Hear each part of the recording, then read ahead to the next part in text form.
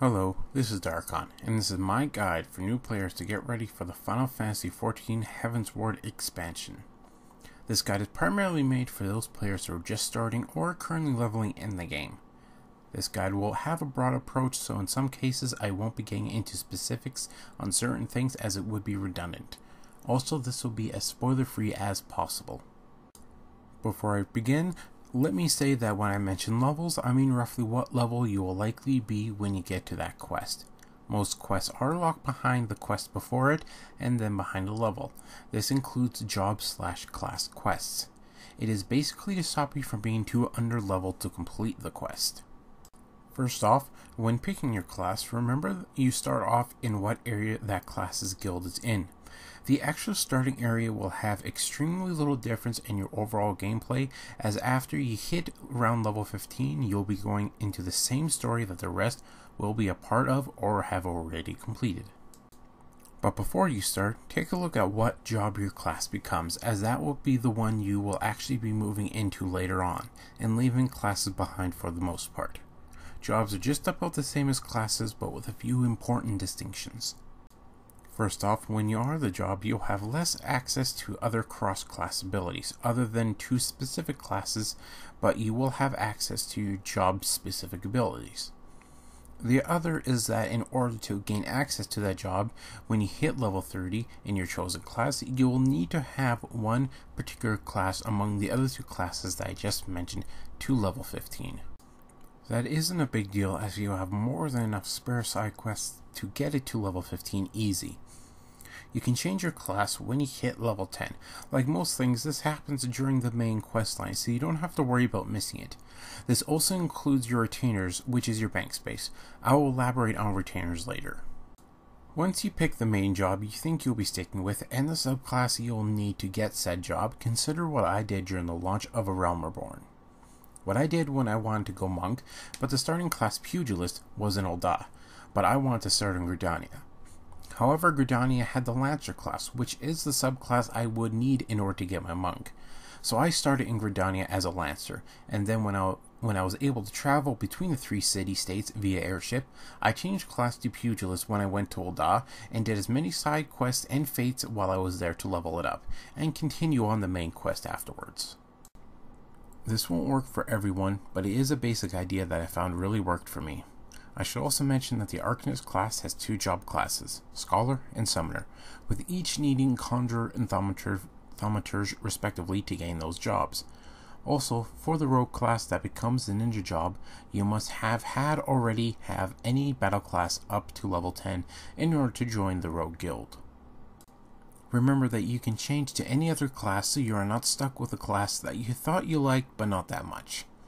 And when leveling a job/class, its respective job/class also levels. In some cases, you might consider being the class rather than the job until higher levels when outside of dungeons, to make use of the wider variety of cross-class abilities. It's nice to have that extra spell of Cure or Protect when your job won't normally have it, but you still must have gained access to that spell from its respective class. You'll want to go back every 5 levels to the guild of your class so you can gain either new equipment or abilities, sometimes both. Also, the location where you need to go changes after you get the job you are after, so if you can't remember where to go, check your log of completed quests for hints, and if you're really stuck, you can quickly search the internet for the info that you need. Now that you know your basic game plan, it's time to journey out there and fight. When you're out in the world, you will see full active time events, or fates for short. Short little fights reward you with XP as well as Grand Company seals and sometimes minions, at least when certain fates are up. Fates will show up on the main map of a particular area that you are in, with a blue circle and an icon in the middle. Trust me, they are easy to spot. When you're out there completing a quest, consider sidetracking for a moment to complete the fate. They are usually easy, and when leveling, it might give you that little bit of XP that you needed to level up. Now we can't forget your hunt log, an excellent way to gain XP quickly even if it's limited. In this case, when you get decent XP from killing a certain amount of mob once. The first bit will be in your starting area, with later difficulties including other zones and even some dungeon mobs. However, you won't get credit for killing mobs unless you have unlocked that section of the hunt log. and the only way to unlock it is by completing the previous one, and once you have completed it, you can't do the previous log again. Each class gets its own log, and you will have to be on that class to complete it. It's easy to identify the mobs by the little marks above their heads telling you will get hunt log credit for killing them. But this won't mean you won't get normal XP from killing mobs, just that you won't get the hunt log bonus XP for killing them. Guild Tests are another good way to gain some good XP. Guild Tests are a way for the game to train new players on certain strategies or changes in fight you might encounter along the way, like learning not to hit a certain mob when surrounded by other very similar mobs, to killing them in a certain order, to correct positioning. The bonus XP will only apply once, so be sure to be on the choice of class you want to level when using them. Once you reach level 20, you should have joined a grand company and given access to a quest to get your first chocobo. This will help you in two ways. First, you will finally have a mount and will stop needing to run everywhere. 2. Once you reach level 30, you will also gain another quest to let you summon your chocobo into battle with you for about 30 minutes at a time by using a Gasol Green, which can be bought by vendors from the main cities. The quest to make your chocobo summonable in battle will be in South Shroud at Camp Tranquil. Every time your chocobo levels, you will get a choice of what kind of path you want your chocobo to take. There's the healing path, DPS path, and tank path. The most useful one across all classes will be the healing one, with a few exceptions for some classes like a healer class. The chocobo only has up to 10 levels, and then after that you'll need to gain access to a chocobo stable from either a private housing or FC housing. The same housing but different ownership. Then give it a Thambarian Onion to increase the level cap by 1. Don't feel you need to bring it up past the max level. Also, you only have enough points from level 1 to 10 to max out one path. There are other items you can give the chocobo to raise XP, reset distribution points, and even change the color. However, when you change the color, you'll need 6 hours for the color to take effect, and you can't pull out the chocobo out of the stable during that time or it will not apply. Now, while you are leveling, there are a few things you should always remember. Your equipment will be replaced easily at earlier levels, so unless it's about to break, don't worry too much about repairing them. Attune to every aetheryte you come across. Some zones only have one, but many have two, and the cities have a lot, so it's a good idea to attune to every aetheryte in the cities so you can quickly get from one point in the cities to another. You can't teleport from a large aetheryte to the small ones in the cities, unless it's the large main one that's in the cities, but that's not really an issue. Your equipment will have 2 bars when you hover over it, one for condition/durability and one for spirit bond. When a piece of equipment is at 100% spirit bond, you can convert it into a random materia, most of the time with few exceptions. Only certain item levels will yield certain grades of materia. The grade is never guaranteed, ranging from 2 different grades most of the time, but expect the lowest grade between the two. Also, gathering materia and crafting materia will only come from crafting and gathering gear, and won't yield any battle type materia. So before selling your old gear, consider converting it into materia and storing it away, or selling it on the market board. You might need that material later on, but it is your choice to make on what you need. When you see the chocobo porters, talk to them. They provide a slower but much cheaper mode of transportation within their regions. Teleporting can cost a lot, and at lower levels you want to save your money for emergencies, but that doesn't mean you shouldn't teleport at all, just not all the time.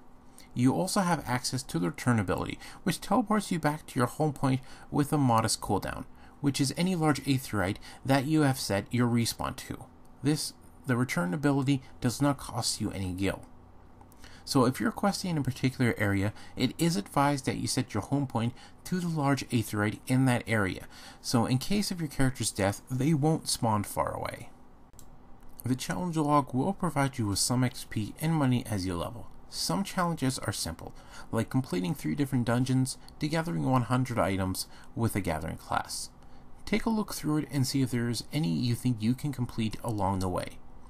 and the challenge log does reset weekly, so take a look.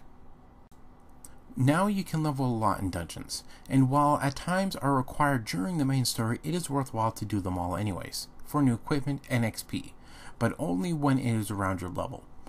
If you gain access to a higher dungeon, it is better to do that one.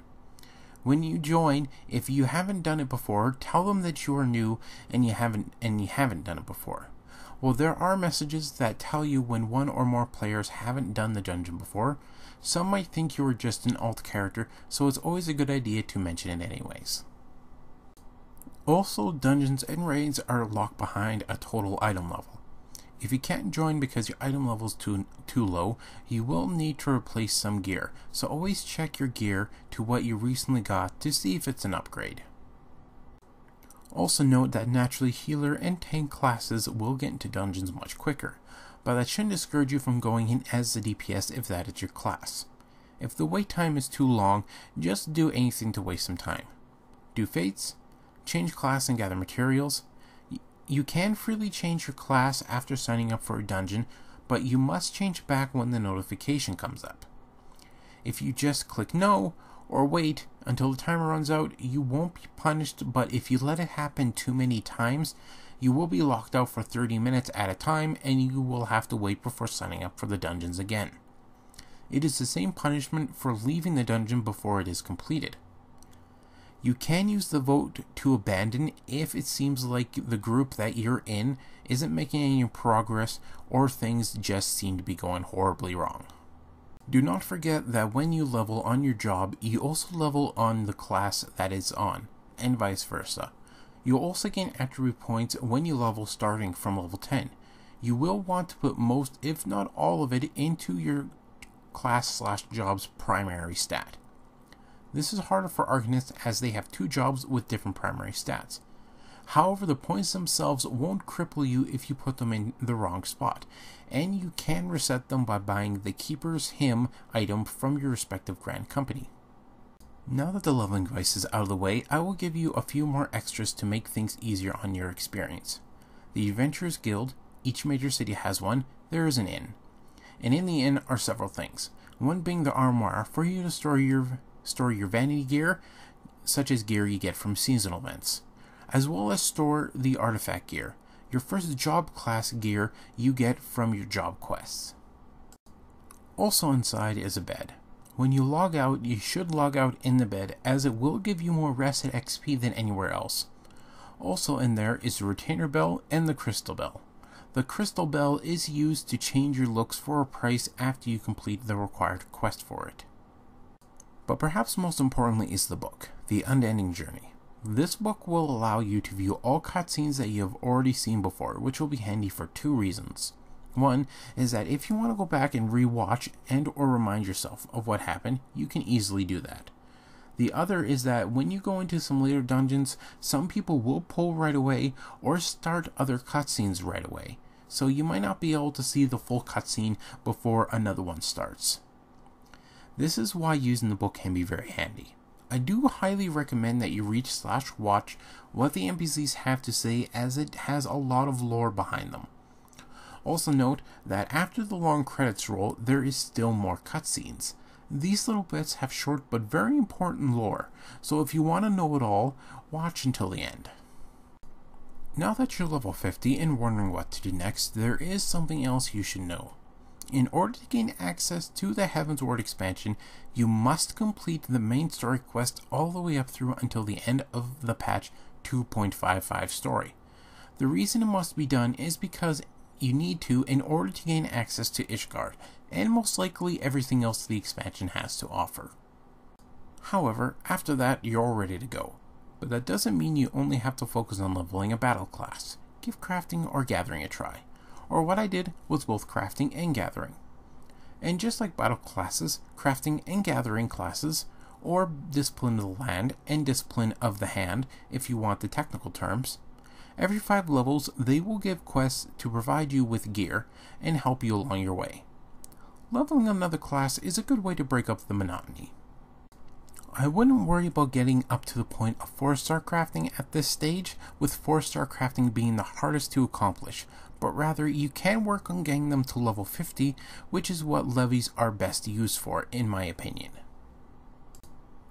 Treasure maps can be started at level 36 by going to Wineport in eastern La Noscea and talking to the NPC that has the quest Treasures and Tribulations. There are a total of 7 types of treasure maps, with one being strictly for the Zodiac weapon questline, that being the Alexandrite map, so I will omit that one. The 6 types you need to know in order of level are Time-Worn Leather map, gathered from level 40 gathering nodes, the Time-Worn Goatskin map from level 45 gathering nodes, and the Time-Worn Toadskin, Boarskin, and Pisces skin are all from level 50 gathering nodes. The last one, the Unhidden Leather map, is a rare drop from the treasure chest that the other maps lead you to. You must have a high enough gathering class to get the maps, or buy them off the market boards. However, I would avoid getting any from the market boards early on. You don't have to get the first map that shows up. You can continue to gather other items and reset the node spawn. Once you gather from more than 2 nodes, a fresh new node should appear. You can click on another node, and if it doesn't have the type of map that you want, you can cancel out of it and go to a different one. This should work in the same way as if you're gathering from it, but you just have to keep an eye on the nodes on the minimap for the one that resets. Fishers will have a harder time with this as you can't really see what type of map will show up, so I would recommend doing this with a miner or botanist. You can only carry 1 type of each map at a time, and you can only have 1 deciphered map at a time. The only exception to this is the unhidden maps, which do stack. The game will tell you how to use the maps, but if you're not sure how confident you are in doing the maps, attune to the aetheryte in the same zone as the treasure map indicates. So if you die, the map won't despawn. The maps are on a 5-minute timer when you discover them, and then another 5-minute timer when you open them. The times do not stack, and when you open the map, monsters will appear. Kill the monsters, then open your chest and claim your prize. Just make sure you have the extra inventory space ready to claim all your prizes. While various treasure appear from the maps, there is a certain difficulty to each map. The Time-Worn Leather, Goatskin, Toadskin, Boarskin, and Unhidden maps are not bad. When you're just starting out, the Boarskin and Unhidden maps might be harder, but they are easy so long as you kill any adds some of the other monsters will spawn. Yes, some of the monsters spawn extras for you to fight when they reach a certain health percentage. The Pisces skin, however, are meant for 8 people, but with how most people are geared now, they can get away with less usually. Now hunts are pretty simple. There are mobs out there with a B, A, and S ranking. The higher ranking, the rarer they are. Each kill will give you a certain amount of hunt seals, which are used for various things, from minions to housing furniture to seeds for the garden. However, the B ranking ones are only meant for those with a hunt bill, which is more of a one-person fight. You can get these from your Grand Company, or rather the NPC that hangs around the Grand Company. Again, when you're just starting out, you might have a hard time with it, but if you ask nicely, people usually help with a quick mob kill. However, I would never recommend trying to solo an A or S ranking. Either one will most likely just kill you outright. Now, the Beast Tribe quests are daily quests you can do for reputation, XP, money, tombstones, and ventures. You only get 6 quests each day, and the 6 quest limit is shared across all the Beast Tribes. Beast Tribe quests are unlocked when you reach a level 41 in the main story quest, and the quests will be at the Grand Company in each major city. It does not matter what Grand Company you are currently a part of. These are not only worthwhile for the reasons I mentioned before, but also because the lore you learn behind each of the Beast Tribes. And when you get to the higher rankings with each Beast Tribe, you gain access not only to the better respective stuff that each vendor will sell, but with the highest ranking, you'll get access to the most expensive and rare stuff that they will sell to you. With each beast tribe being a minion and a mount. The minion is around 30,000 gil, and the mount is around 120,000 gil. The beast tribes are the Ixal, the Amuljah, the Kobolds, the Sylphs, and the Sahagin. And if you get all the beast tribe quests up to max rank, you gain access to a short little quest line that will tell you even more about them, and at some points it will make you fall out of your chair with laughter. The Ixal beast tribe quests is primarily a crafting and gathering daily quests, so they are good for leveling those classes. By doing their daily quests and by doing the highest tier quest for the Ixals, you will gain access to oak knots, which you can in turn exchange for rare crafting mats with the Ixal. Now, tomestones are a special type of currency that you can use to get gear and materials from vendors in Mordona, which you will get to during your adventures. They come in two flavors. While each one has a max cap of 2,000, the rare one has a weekly cap of 450, so you can only gather that much for the week at a time. Now, retainers are an NPC that acts like your bank space, as well as how you sell items on the market boards.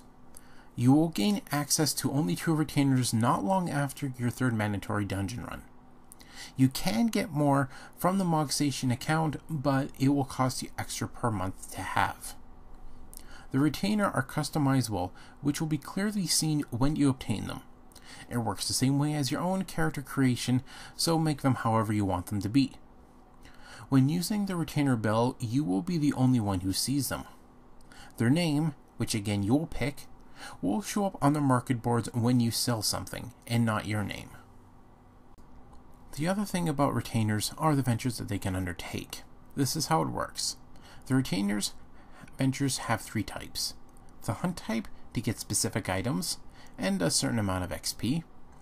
The quick exploration, which can give you rare items like minions and dyes, or very common items. And the XP that the retainer gains from the quick exploration is dependent on the item.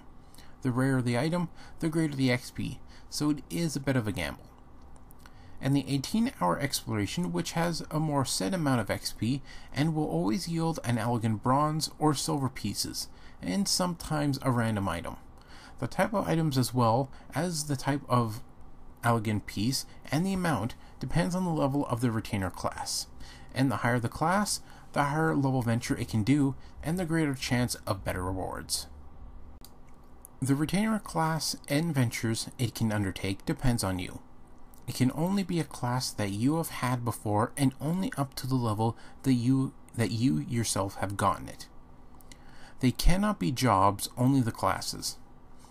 And the ventures also depend on the item level. Early on it's easy, but you need to put more higher level pieces to have the best chance at rewards so they can undertake the higher level ventures. The equipment that they use won't break or spirit bind. And the type of equipment doesn't matter so long as they can equip it.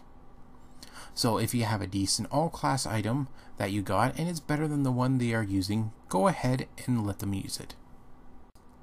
The only exception to this are the gathering classes, which need a certain amount of the gathering stat rather than item level to undertake higher ventures, and the retainers cannot be crafting classes.